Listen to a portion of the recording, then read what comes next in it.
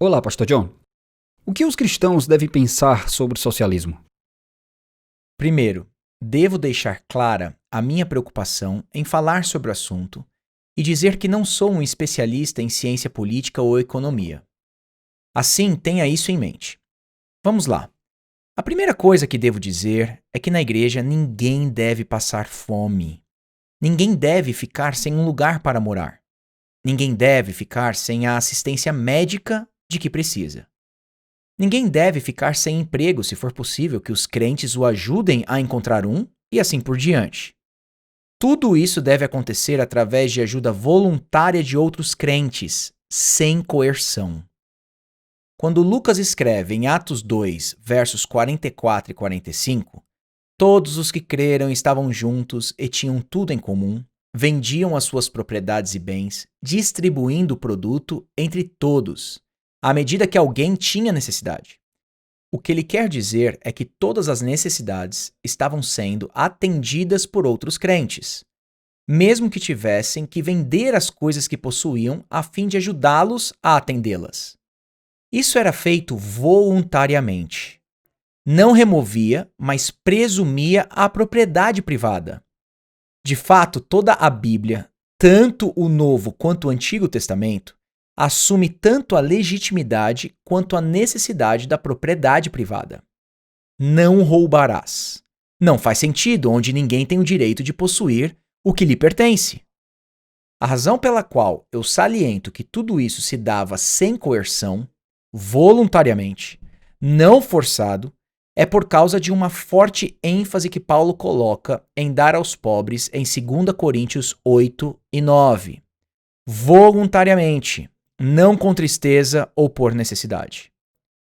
Lembro-me que tive um grande debate com um professor e outros alunos quando estive na Alemanha por causa da maneira como eles financiavam a igreja estatal lá através de impostos. Eu disse, isso simplesmente não se encaixa. Não com tristeza ou por necessidade, mas voluntariamente. Em outras palavras, na fé cristã está embutido um impulso interno pelo Espírito Santo, através do Evangelho, de fazer sacrifícios a fim de que outros tenham suas necessidades atendidas. E tal impulso não está embutido no coração humano, à parte da graça de Deus. É tão vital que esse tipo de amor, misericórdia e sacrifício seja voluntário e não coagido, que isso é disposto como um princípio por Paulo em 2 Coríntios 9 e por Pedro em 1 Pedro capítulo 5, enquanto ele instrui os presbíteros. Ora, o socialismo, como eu o entendo, e não sei muito a respeito dele, se refere a 1. Um sistema econômico e social que, através de coerção legal, governamental ou militar, em outras palavras, você vai para a cadeia se não fizer, estabelece a propriedade social em detrimento da propriedade privada. E, ou pode-se dizer, 2. Onde a coerção é usada para estabelecer controle social. Se não a propriedade, pelo menos o controle dos meios de produção na sociedade.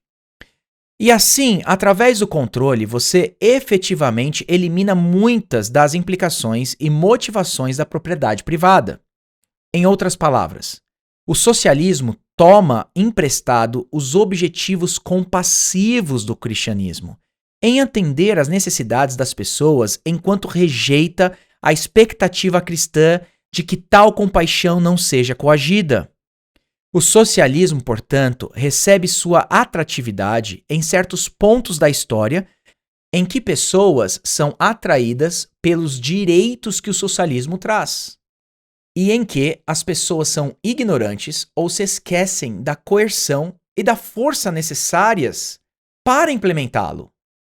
E se a coerção pode ou não sair pela culatra e resultar em maior pobreza, ou em uma uniformidade parda, ou pior, o abuso da coerção, como vimos em estados assassinos como a União Soviética e o Camboja.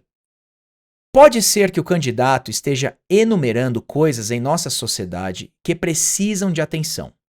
Não duvido que esse possa ser o caso. Há, sem dúvida, verdadeiras injustiças que criam mais dificuldades para o pobre sair da pobreza e facilitam que os ricos façam o que é lícito e não sejam punidos. Mas duvido que mostrar o modelo econômico da Dinamarca como o caminho do progresso, o que ele faz, seja o caminho da sabedoria. A Forbes, por exemplo, reporta que de uma população total de 5,6 milhões, pouco mais de 2 milhões são pensionistas do Estado, desempregados, doentes ou estão em programas de distribuição de renda por outras razões. Outros 800 mil são empregados pelo setor público. Isso é metade da população empregada pelo Estado ou sustentada pelo dinheiro canalizado através do Estado. Ou, em outras palavras, de 5,6 milhões de pessoas na Dinamarca, apenas 1.800.000 pessoas não são diretamente dependentes do Estado para pagamentos de algum tipo. Mesmo entre esse grupo, há um grande foco em creches baratas subsidiadas, assistência médica gratuita, bolsas por números de filhos, moradia subsidiada e um grande número de outras maneiras para assegurar renda adicional vinda do Estado. Apenas um exemplo.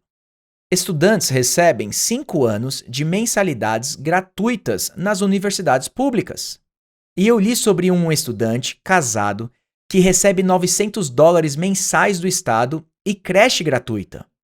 Ele vive basicamente totalmente do Estado durante os anos de universidade. Ora, políticos progressistas observam isso por toda a Europa no momento e todos dizem: esses sistemas estão sob pressão. Essa é a palavra que é usada pelos progressistas. Estão sob pressão, como a maioria dos estados de direito da Europa. Conservadores dizem que é uma bomba relógio. Em outras palavras, quase todo mundo diz que isso não pode continuar.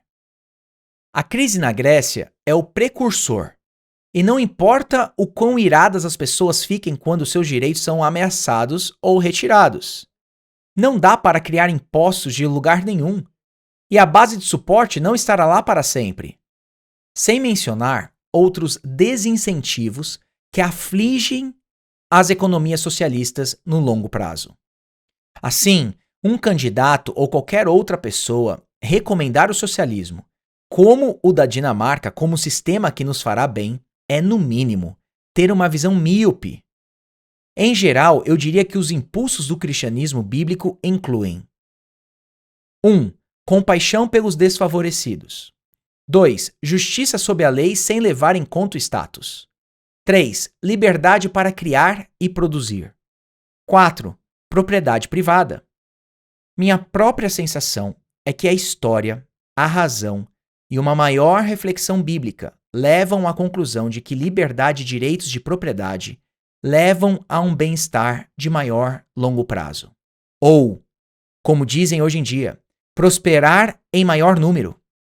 Também não podemos deixar de dizer, finalmente, que todo o sistema político e econômico eventualmente entrará em colapso, onde há impulsos morais insuficientes para restringir o egoísmo humano e encorajar a honestidade e as boas obras, mesmo quando ninguém está vendo. Você ouviu John Piper Responde, produzido por Desiring God, Ministério Fiel e Voltemos ao Evangelho.